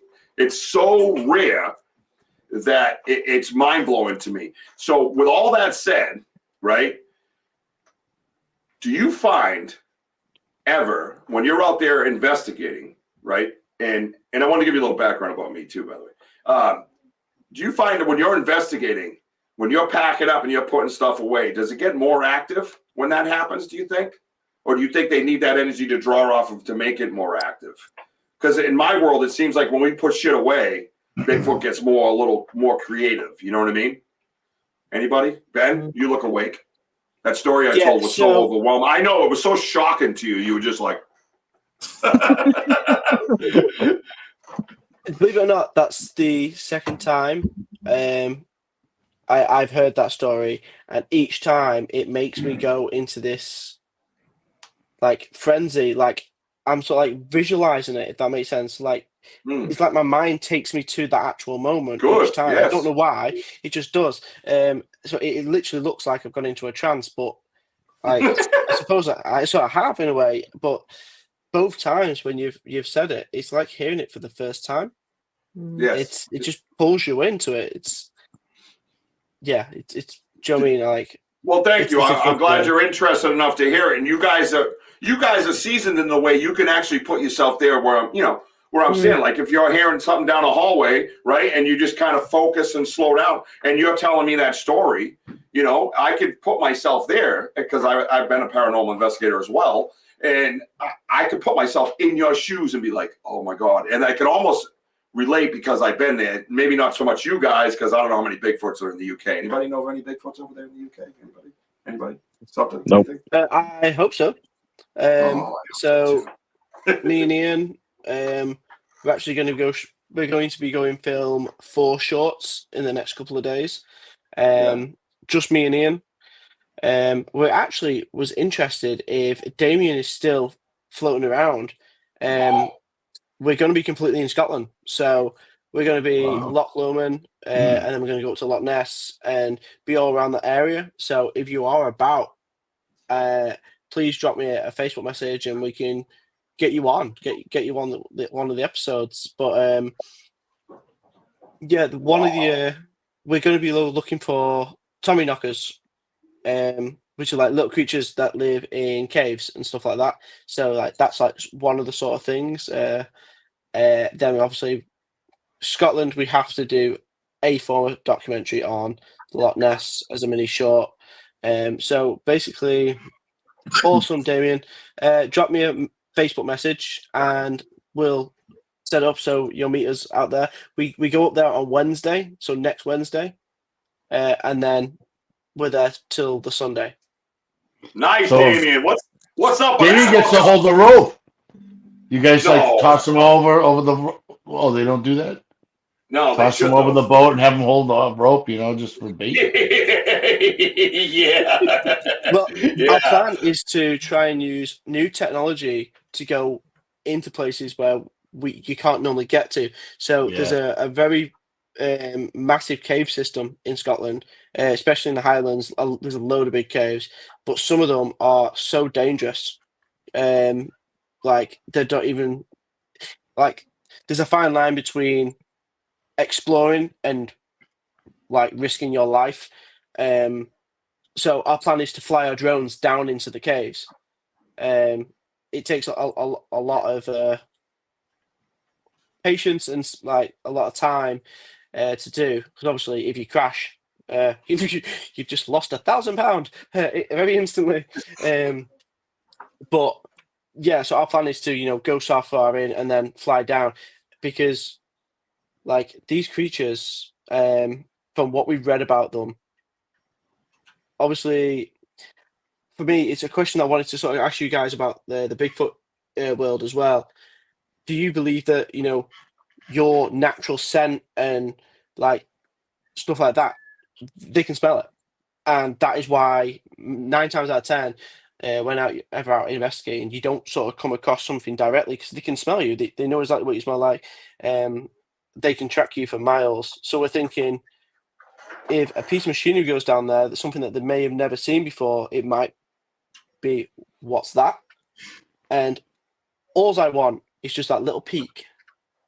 If we catch that little peak on camera, like, amazing. Even if we catch a little peak and then the drone crashes and it blows into a million pieces, like they physically, that the drones we use send signals to third-party devices at the same time. So we'd always have the footage. But yeah, so there is other things like that we want to try and do, but yeah, I believe, I personally believe that there is something to do with Bigfoot and cryptics up in the Highlands. Yep. And look at Damien. Damien knows things, bro. Damien's a smart, very, very, I'm telling you, he's very articulate with this stuff. And he knows his stuff, like the things he says there. Like he knows that he's talking about the caves. I noticed before that Damien mentioned something about the salt lines that are all over Scotland, and if any of us can channel into them. I know I personally can't channel into salt lines and stuff, but it's an interesting thing that should be brought up. I believe a lot in coincidence. Like I do believe that things fall in the right way and the right path for a reason, and the universe just gives us this path to follow. And it's just how I was talking to Ian today about, I want to research the salt lines, and Damien should be on this show talking about the salt lines. Woo! Like, I like it. We need to meet, Damien. Send me a message, and if not, I'll get your complete details off Richie, and we'll meet up while we're in Scotland. And don't send that weird message you sent me that time. Don't do that. Don't do that. He's not like me. He's a little more. But I got a question for the audience and for myself. Oh, okay. So, how do you describe Tommy Mucker? That's what is a fuckwudgie? Is that what it is? Their size. How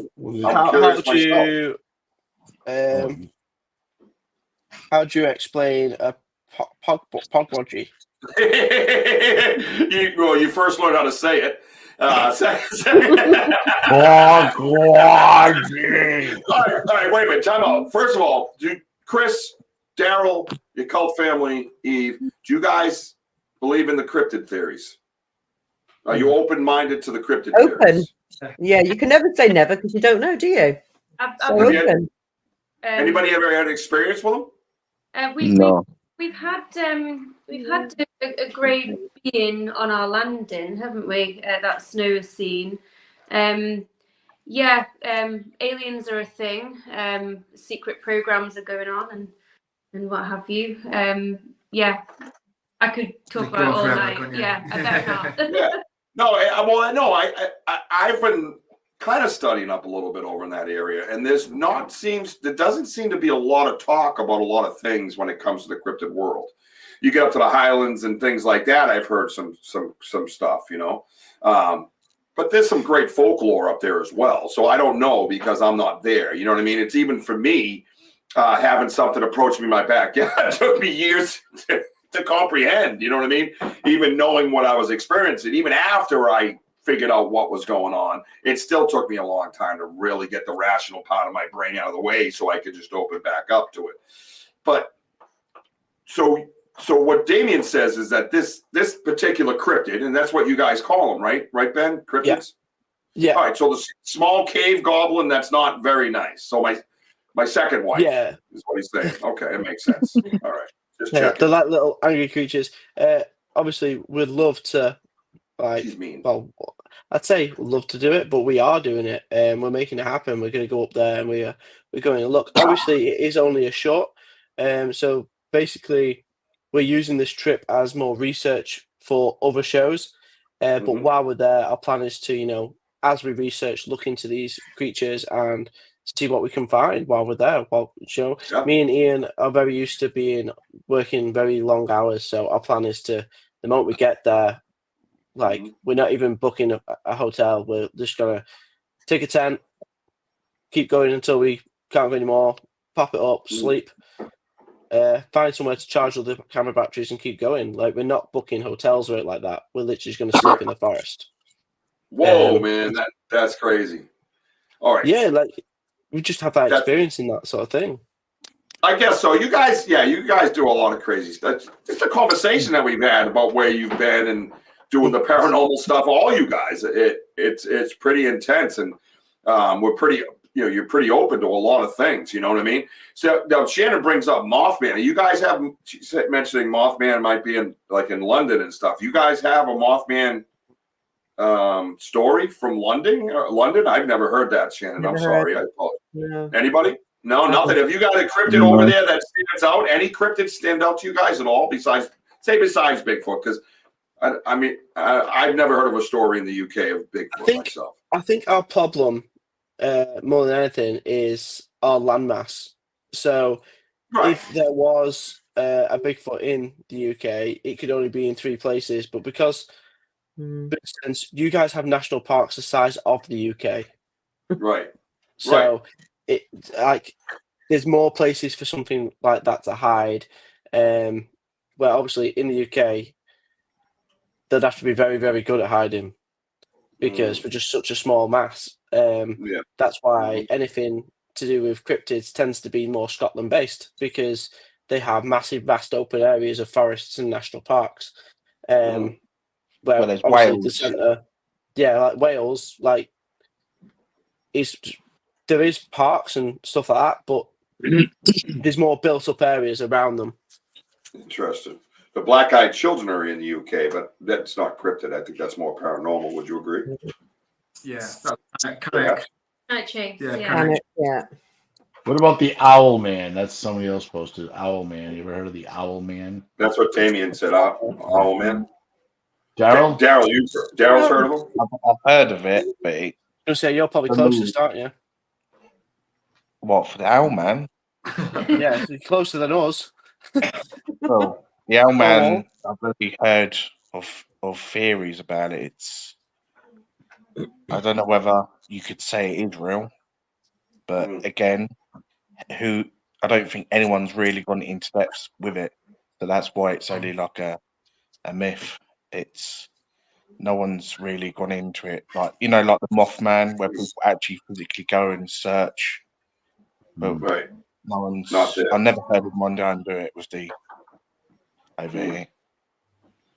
Sean Kelly says, when you investigate them after you're done, leave them a gift. Are you talking about the Tommy knockers, bro? Leave them a gift, food, cigarettes. I've heard of this. I've heard of this. Yeah. Because Tommy Like knockers it. are also famous in like Icelandic culture. Yeah. But they call them the Icelandic goblins.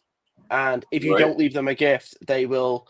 I think there's like something to do with like they'll actually come and they'll give you bad fortune and come after you, sort of thing. So yeah, I didn't realize that there was a connection there though, but that's definitely something to, you know. But make Ian leave his cigarettes. Yeah.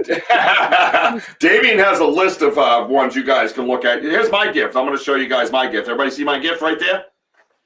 That was my very first gift from Bigfoot. That's a piece of tree lichen. It sticks to the trees. Sounds crazy, right? But those little green things you see on the side were actually sapling branches from a pine tree. So I broke them off. I put them on a stump because I was having this activity and I wanted to make a gesture. And I put a saplings on either side. That way a squirrel, if it moved it or a bird was hopping around, you know, give me some kind of like investigative types, you know, skills, right? Oh, something moved. Okay.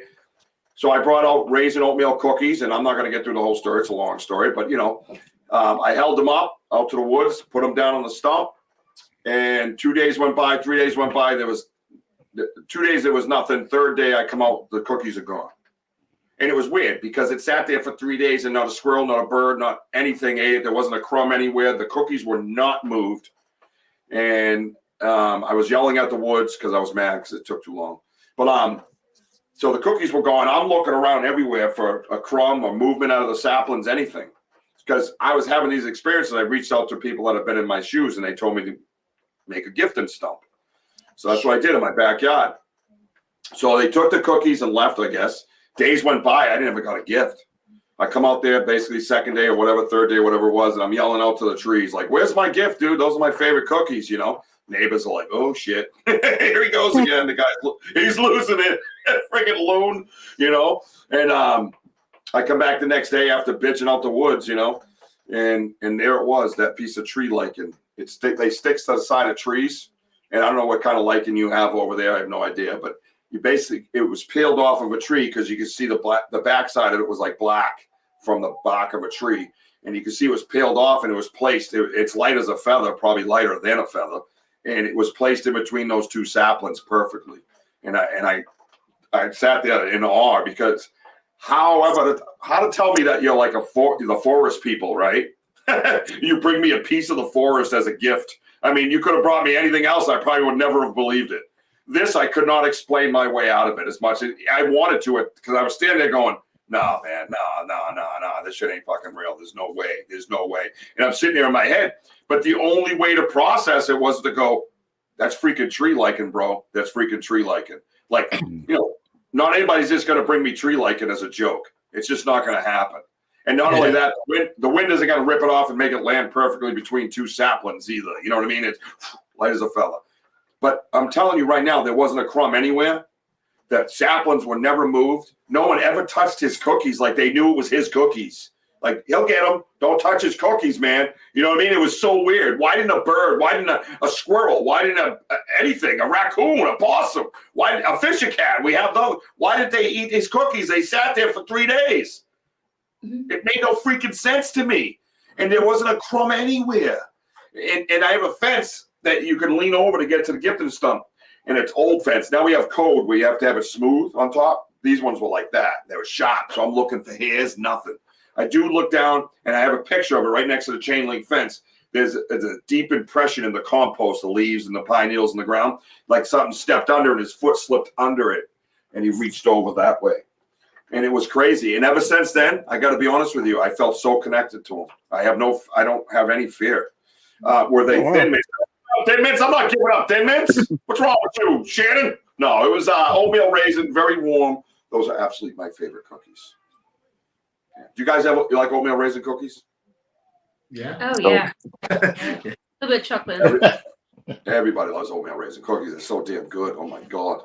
But I gave up 3 of them for him, and I was pissed after the third day. I was waiting around going, where's my gift, man? And they was like pulling the curtain shades. They're like, oh, God, this guy's losing his mind.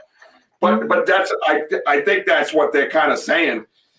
You know, when you go out there, I mean, you're not going to be going back, I don't think. So for me, I had to live there. I had to coexist with this creature, and I had to obviously make some kind of friendship with them, build some kind of relationship with them, and that's what I did. It was pretty awesome. You know what I mean? Shannon's laughing, but yeah, no, it was really awesome. It's an amazing experience, and I since had another gift that it was a nut that was broken in half and it's shaped like a heart. Right, I'll show you. Now I didn't have the saplings at this time. It was like I owned the home with my first wife, and her and I are great friends, so it wasn't like anything like that. But it was just I had just kind of put them there on a whim. I'm like, I haven't done that in a while. I haven't been here in a while. So it was this nut right here. So that's the stump. You notice the saplings aren't there. So I come back, and I'm like, all right, well, there's a nut there because I left them those. We have those Reese's Pieces that come in Easter time, and they're shaped like they're colored like a carrot. Anyways, long story. I have lots of kids. So I left them a bag of those. Well, the bag was gone. Never chewed open, never crumbs, same thing. I come back and that nut's there, and I'm like, I didn't think much of it because that's more explainable than a piece of tree lichen, right? So I didn't think much of it. So I started slowly, after days would go by, I'm going, I don't recognize. I know every inch of my 3 acres that I own. So I'm up and down looking everywhere. This nut is nowhere on my property. So I venture out into the conservation field. The nut is nowhere in the conservation. It's nowhere around, anywhere. And it was 2.5 years later.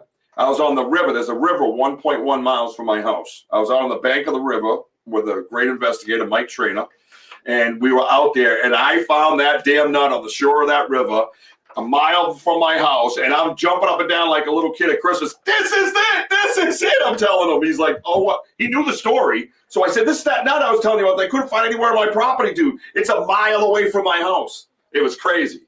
So then it became a gift to me where I was like, you guys are... Like they set me off on a wild goose chase for a year, you know what I mean? 1.5 years, It was so, 2.5 years, sorry. It was so cool, man. It was awesome.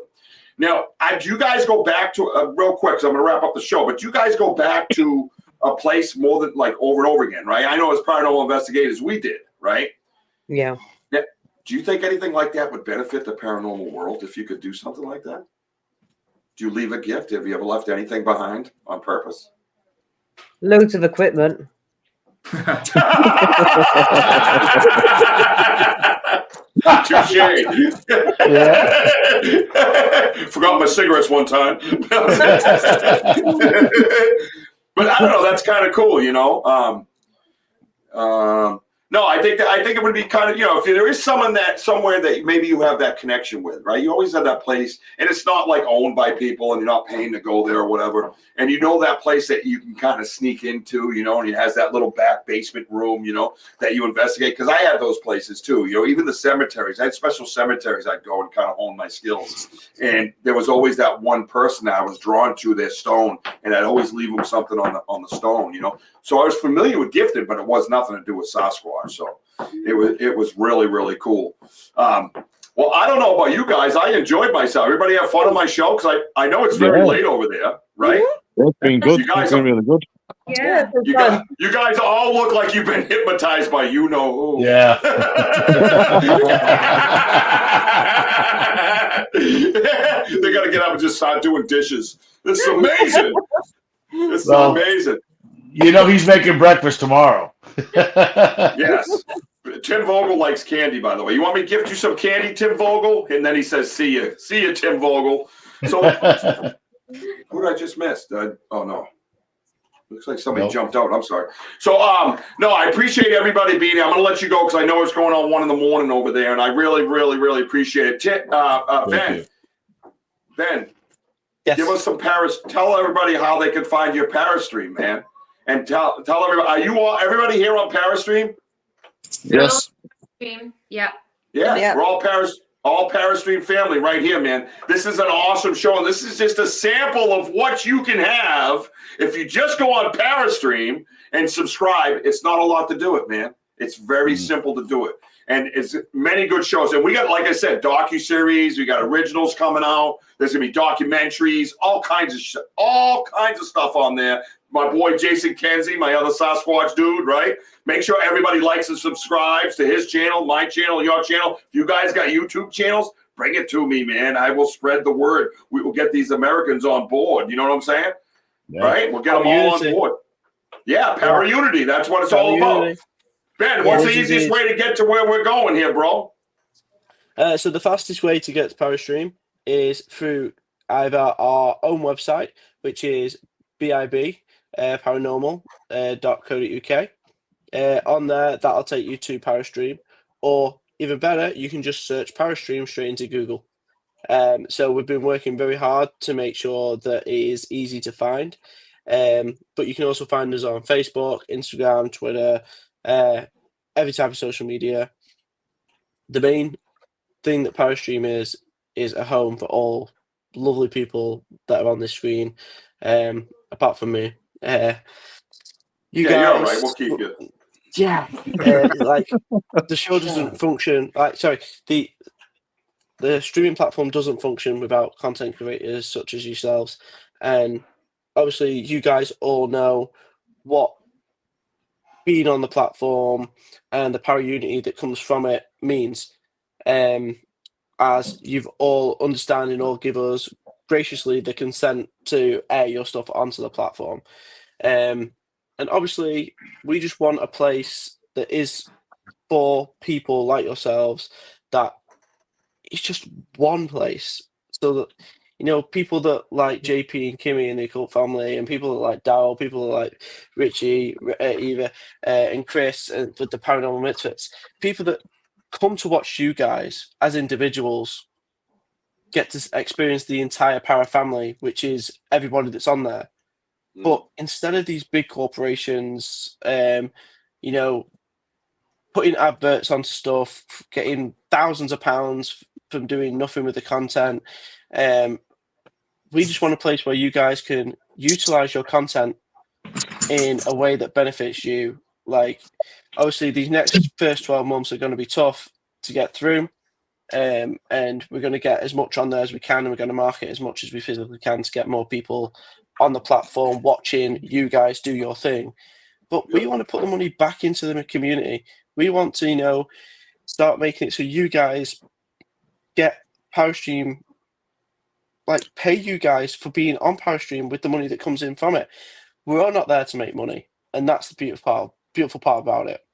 Every person that is on Parastream is there because they want to show what they can do and show that when we work together, Para Unity comes together.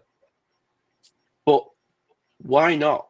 Like, if we can all make money from this and people watch our shows, like, let's do it. The more people that are on there, the more money that's generated, the more we can do this as a living to make one goal possible. And that goal is to prove that what all those crazy, weird people, you know, dark entity people that just are completely lunatics, we're right. Because other people that follow our passion that maybe can't get out there and film, or like they can't produce a show, but they can watch one and help support the company, like support Parastream and support the people that are on Parastream. Together with Para Unity, we may just be able to prove the paranormal exists, and that's what it's about. Yep, 100%. And that's what we always talk about on my show. It's about the research, man. We're here for the research. You got to own a pair of boots to get off that couch, to get out in those woods, and try, man. Try. Research is the quest for facts. It's a quest for facts, man. Nobody's claiming to know everything. We're on a quest. That's what it is. Exactly. And if you want to join us in the quest, you don't have to go out there and do it. We're doing it for you. I'm out looking for Sasquatch and Wojo and my team, boots on the ground, Bigfoot investigations. These guys are out there to crazy places, I might add. Go watch some of these shows, because I'm going to tell you seriously, you got to watch this stuff, because it's different than America. It's not the same thing like Wojo brought up a while ago. It's totally different when you add age and history. And we have a lot of age and history, but we don't have that age and that history. We just don't. So make sure everybody, please tune in to Parastream, tune in to everybody here. Each and every one of you, please reach out to me in my private messenger, because I would love to have you on the show individually as well, please. If you enjoyed yourself anyways, if Wojo didn't scare you away, then please send me a message, okay? He usually does that. But I'm going to take us out, and you guys are going to stay with me if that's okay. We'll make it quick, and we're going to roll right out, okay? So I want to thank everybody, Daryl, Chris, the Occult Family, Eve, Ben, Parastream, baby, and even my co-host, Wojo. I'm going to thank him tonight, because I don't do that enough, Wojo. You're right. You're right. You were crying about that earlier today. You're right. So make sure you follow me on make sure you follow me on TikTok, Instagram, Facebook, and YouTube. All Banter with Richie B. Hit that like and subscribe to YouTube. Don't forget to click the notify button because we're going out in the morning to find Bigfoot, and you could be with us. You can find a print. You can hear him make a noise. Whatever it is, we need you there. So make sure you tune in for that. I love you, baby Jack, so much. And I want everybody to know, man, you got to keep climbing, right? Wojo, take us out of here, man. We got to go. Yeah, we got to go. Keep climbing, buy the merch. And boom, let's go. All right. Bam. I'll get Ben blocking his ears.